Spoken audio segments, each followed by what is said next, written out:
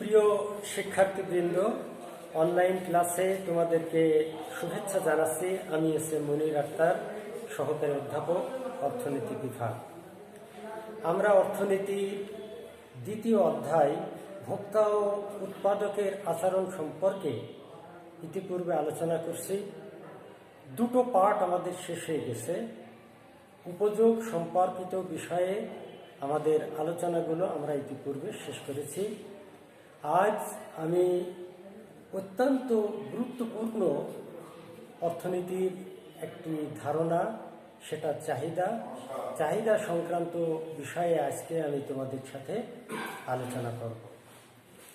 তো চাহিদার যে ধারণা, চাহিদার ইংরেজি প্রতিশব্দ হলো ডিমান্ড।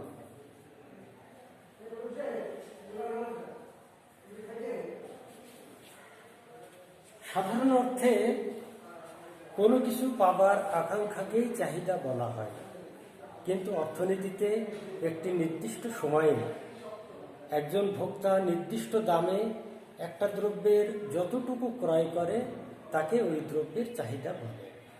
যেমন একজন ভোক্তা 5 কেজি ওজনের একটা রুই মাছ সে 400 টাকা দরে 1 কেজি ক্রয় করল, তাহলে তার চাহিদা হবে 1 কেজি। পুরো রুই মাছটা অর্থাৎ 5 কেজি তার চাহিদা হিসেবে গণ্য হবে না। চাহিদার ব্যাপারে অর্থনীতিবিদ পেনশন বলছেন, একজন ভোক্তা কোনো দ্রব্য পাওয়ার ইচ্ছার পশ্চাতে, অর্থনীতিবিদ পেনশনের সংজ্ঞাটা হচ্ছে যে কোনো দ্রব্য পাওয়ার ইচ্ছার পশ্চাতে যদি তার আর্থিক সামর্থ্য এবং অর্থ ব্যয় করার ইচ্ছা থাকে তাহলে তাকে চাহিদা বলা হয়। চাহিদা হতে গেলে চাহিদার শর্ত পালিত হওয়া দরকার।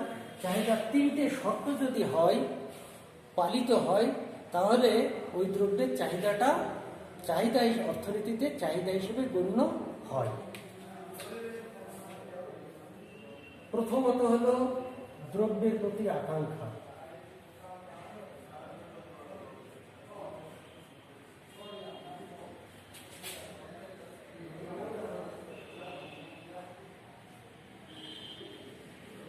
দ্বিতীয়ত হলো আর্থিক সামর্থ্য।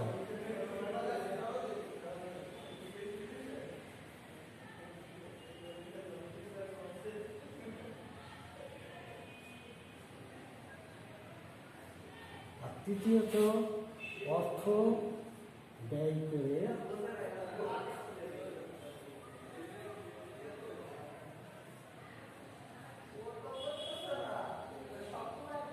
দ্রব্য ক্রয়ের আকাঙ্ক্ষা।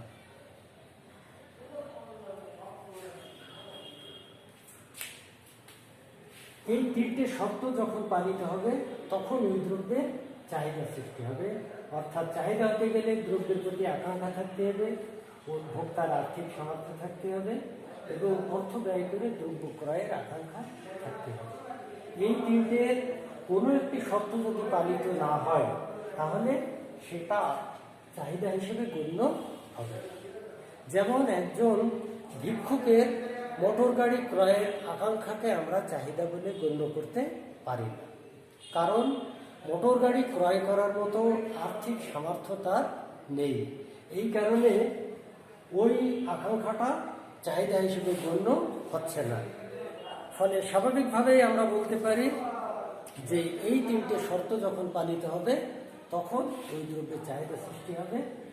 আমরা আবার বলছি যে একজন ভোক্তা নির্দিষ্ট দামে একটা দ্রব্যের যতটুকু ক্রয় করে বা ক্রয় করতে প্রস্তুত থাকে সেটাই হলো তার চাহিদা।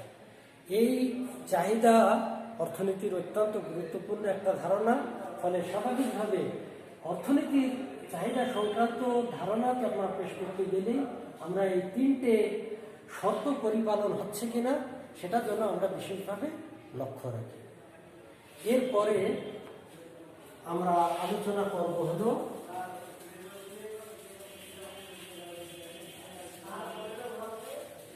চাহিদা বৃদ্ধি। আমরা জানি যে চাহিদার সাথে দামের অত্যন্ত ঘনিষ্ঠ সম্পর্ক রয়েছে। অর্থাৎ আমরা যখন বাজারে যাই তখনও দেখি একটা দ্রব্যের দাম যখন বেড়ে যায় তখন ওই দ্রব্যের চাহিদা আমাদের কাছে কমে যায়, মানে ক্রয়টা আমাদের কমে যায়। আবার দাম যখন কমে যায় তখন ওই দ্রব্যের প্রতি আকাঙ্ক্ষা বা চাহিদাটা বাড়ে। এই যে দামের সাথে ঘনিষ্ঠ সম্পর্ক, এই বিপরীতমুখী সম্পর্কটা আমরা জানি হলো চাহিদা বিধির থেকে। অর্থাৎ চাহিদা বিধি হলো দাম এবং চাহিদার ভেতরকার বিপরীতমুখী সম্পর্ক প্রকাশক নিয়ম। দাম ও চাহিদার ভিতরকার যে বিপরীতমুখী সম্পর্ক, এর নিয়মটাই হলো চাহিদা বিধি বা চাহিদার নিয়ম। এর ইংরেজি প্রতিশব্দ হলো ল অফ ডিমান্ড।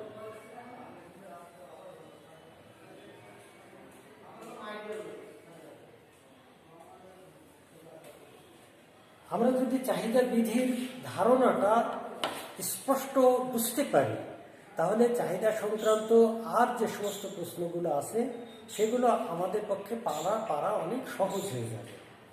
তো চাহিদা বিধি হলো অন্যান্য অবস্থা স্থির রেখে, এটা খুব গুরুত্বপূর্ণ একটা বিষয়, অন্যান্য অবস্থা স্থির রেখে এই কথাটা, অন্যান্য অবস্থা স্থির রেখে কোনো দ্রব্যের দাম বাড়লে ওই দ্রব্যের চাহিদা কমে, আর দাম কমলে ওই দ্রব্যের চাহিদা বাড়ে।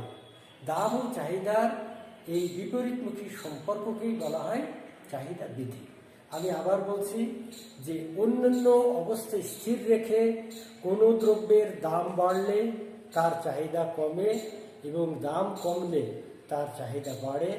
দাম ও চাহিদার এই বিপরীতমুখী সম্পর্ককে চাহিদা বিধি বলা হয়। এখন আমাদেরকে বিশেষভাবে জানতে হবে যে আসলে অন্যান্য অবস্থা যেগুলো আমরা স্থির রাখি সেটা কি। সেই বিষয়গুলো হলো, প্রথমত হলো ভোক্তার আয়। ভোক্তার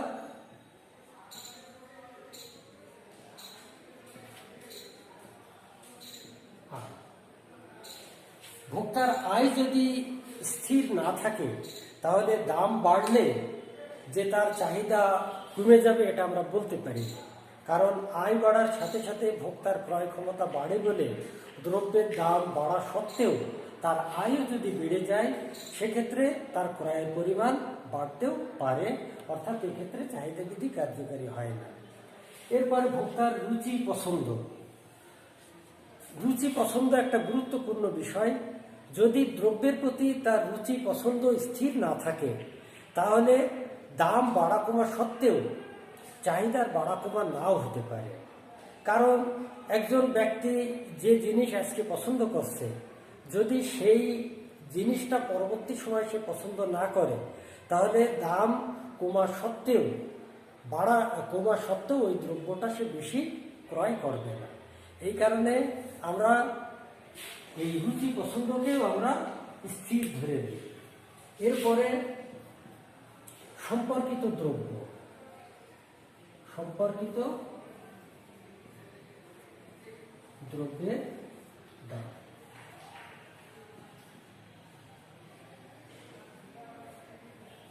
আমরা যে সমস্ত দ্রব্যগুলো ব্যবহার করি এই দ্রব্যগুলোর পরস্পরের মধ্যে সম্পর্ক থাকে, তাকে আমরা সম্পর্কিত দ্রব্য বলি। অর্থনীতিতে সম্পর্কিত দ্রব্য হলো দুই রকমের।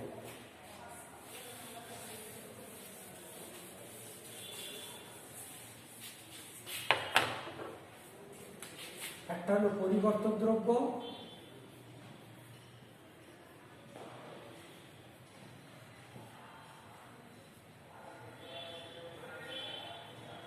আর একটা হলো পরিপূরক দ্রব্য।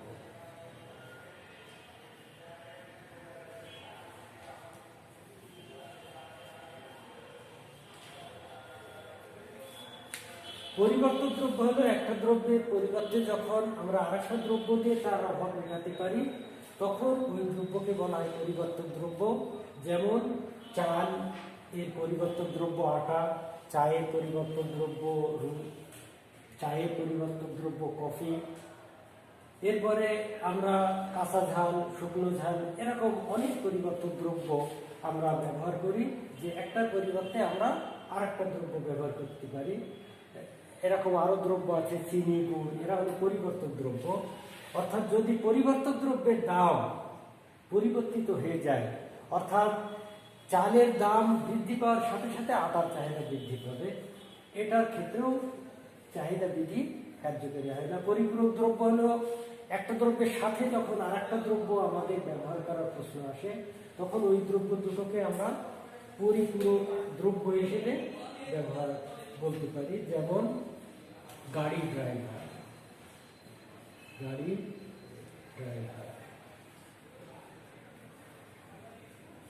কালি কলম,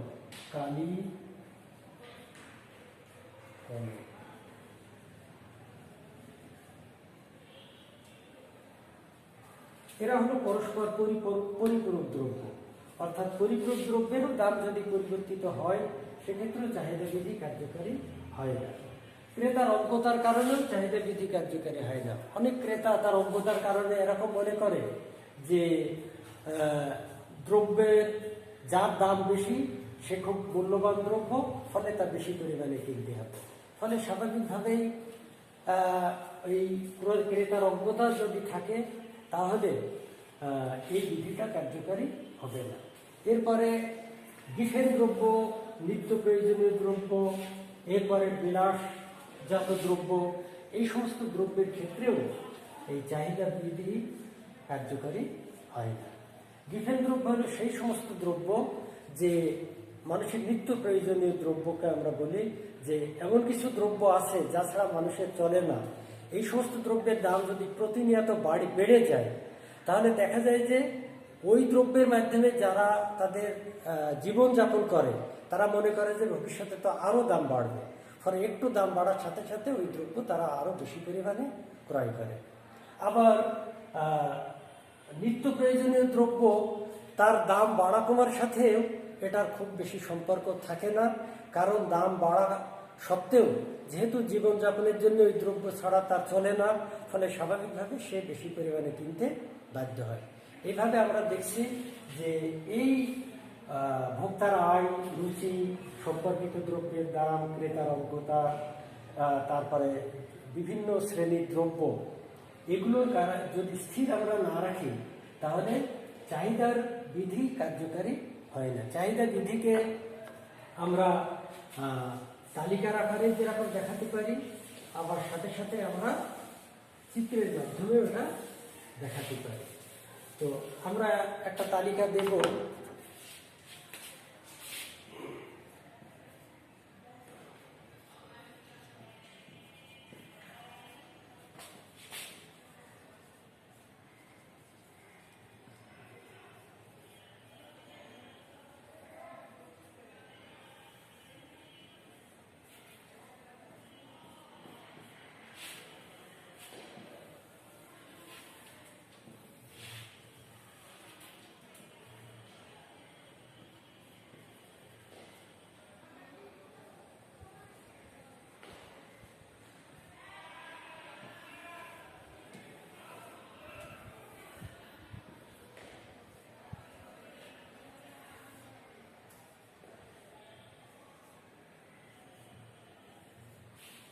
এই যে আমরা একটা তালিকা দিচ্ছি, দ্রব্যের দাম যখন 1 টাকা, তখন ওই দ্রব্যের চাহিদা হলো 10 একক।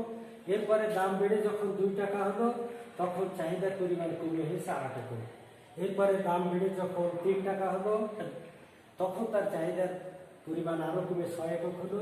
দাম বেড়ে যখন 4 টাকা হলো, তখন চাহিদার পরিমাণ আরও কমে 4 টাকা হলো। এভাবে আমরা দেখছি যে দাম যতই বাড়ছে, চাহিদার পরিমাণ ততই কমছে। আবার নিচের দিক থেকে আমরা যেতে পারি, দ্রব্যের দাম যখন 4 টাকা, তখন চাহিদা 4 একক। দ্রব্যের দাম কমে যখন 3 টাকা হলো, চাহিদার পরিমাণ বেড়ে হলো 6 একক। দাম আরও কমে যখন 2 টাকা, তখন চাহিদার পরিমাণ আরও বেড়ে 8 টাকা। দ্রব্যের দাম যখন 1 টাকা, তখন চাহিদার পরিমাণ হলো 10 একক। এইভাবে আমরা এই তালিকাতেও দেখছি যে দ্রব্যের দাম যখন বাড়ছে, চাহিদার পরিমাণ তখন কমছে। দ্রব্যের দাম যখন কমছে, তখন চাহিদার পরিমাণ বাড়ছে। এই তালিকার মাধ্যমে যে আমরা চাহিদা বিধিকে প্রকাশ করছি, একে বলা হয় চাহিদা সূচি। তাহলে চাহিদা সূচিও আমরা জানতে পারছি যে চাহিদা সূচি হলো যে অন্যান্য অবস্থা অপরিবর্তিত থেকে কোনো দ্রব্যের দাম বাড়লে চাহিদা কমে এবং দাম কমলে চাহিদা বাড়ে, এই সম্পর্ক যখন আমরা একটা তালিকার মাধ্যমে পেশ করি তখন তাকে বলা হয় চাহিদা সূচি। তো এই চাহিদা বিধির থেকে আমরা চাহিদা সূচি যেরকম পেতে পারি, এই সূচির থেকে আমরা রেখাচিত্র অঙ্কন করতে পারি যাকে আমরা চাহিদা রেখা বলি। তো চাহিদা রেখা আমরা আগামী ক্লাসে তোমাদের কে আমরা পেশ করব।